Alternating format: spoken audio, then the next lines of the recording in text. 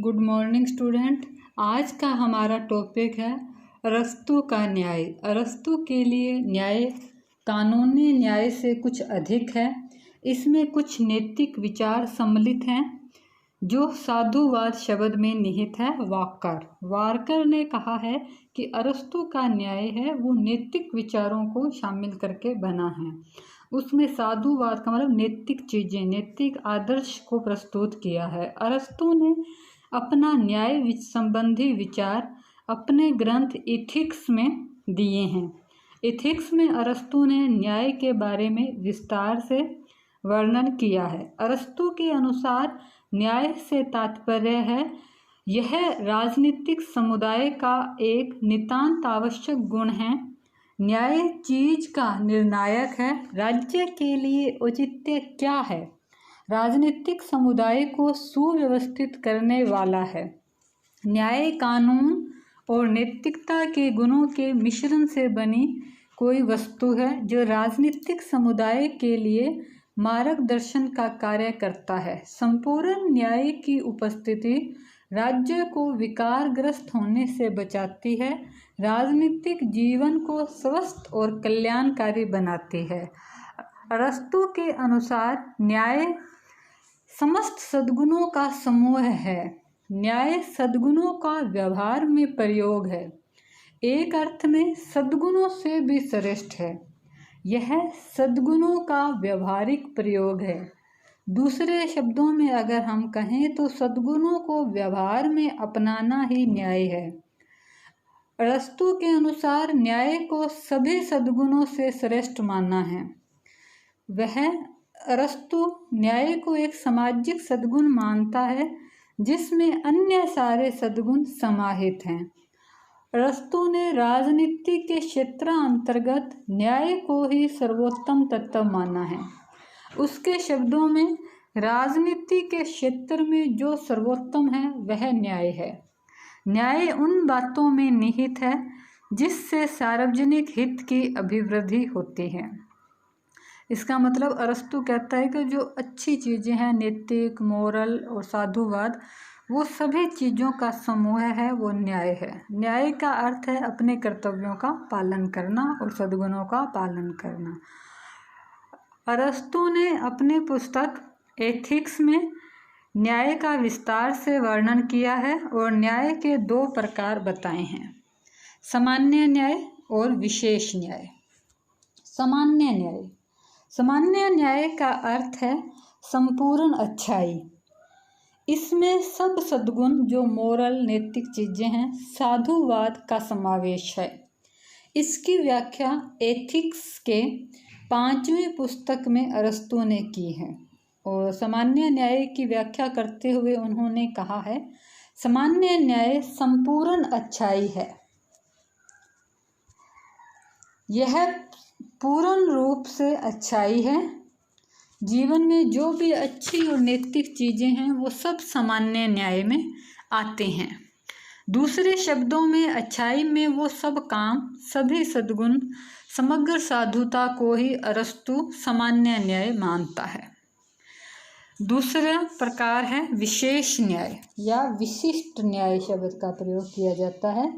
न्याय का दूसरा रूप विशेष न्याय है। यह सामान्य न्याय का ही एक अंग है। सामान्य न्याय में पूरी अच्छाई आ जाएगी और विशिष्ट न्याय में सामाजिक अच्छाई आएगी। विशिष्ट न्याय में मनुष्य का अन्य मनुष्यों के साथ उचित व सामान्य व्यवहार करने की प्रेरणा देता है। अब हम विशिष्ट न्याय और सामान्य न्याय के अंदर अंतर देखें तो इसमें अंतर मुख्य रूप से क्षेत्र का है। सामान्य न्याय अत्यंत व्यापक है, वो मनुष्य की संपूर्ण अच्छाइयों को शामिल करता है। वही विशिष्ट न्याय का क्षेत्र सीमित है, वह केवल उन अच्छाइयों को शामिल करता है जो मनुष्य दूसरों के साथ व्यवहार में अपनाता है। सामाजिक व्यवहार संहिता भी कह सकते हैं विशिष्ट न्याय को हम। अब अरस्तू ने आगे विशिष्ट न्याय को भी 2 भागों में बांटा है।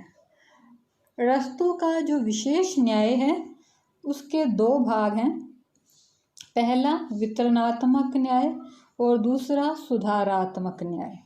वितरणात्मक न्याय का अर्थ है राज्य अपने नागरिकों में राजनीतिक पदों, सम्मान, अन्य लाभों, पुरस्कारों का बंटवारा या वितरण न्यायपूर्ण रीति से करे। अरस्तू के अनुसार पद, राजनीतिक लाभ और पुरस्कारों का वितरण समानुपातिक समानता के आधार पर होना चाहिए।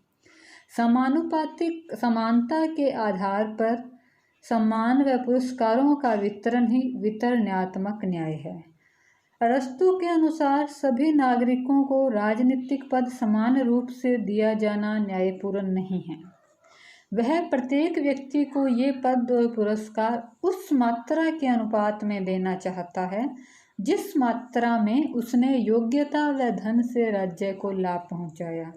अर्थात कोई व्यक्ति राज्य के लाभ के लिए जितना देता है उस अनुपात में उसे राजकीय पद, सम्मान, सुख सुविधा प्रदान की जाए, जिस अनुपात में उसकी योग्यता, क्षमता के आधार पर वो राज्य की सेवा करता है। दूसरा है संशोधनात्मक न्याय।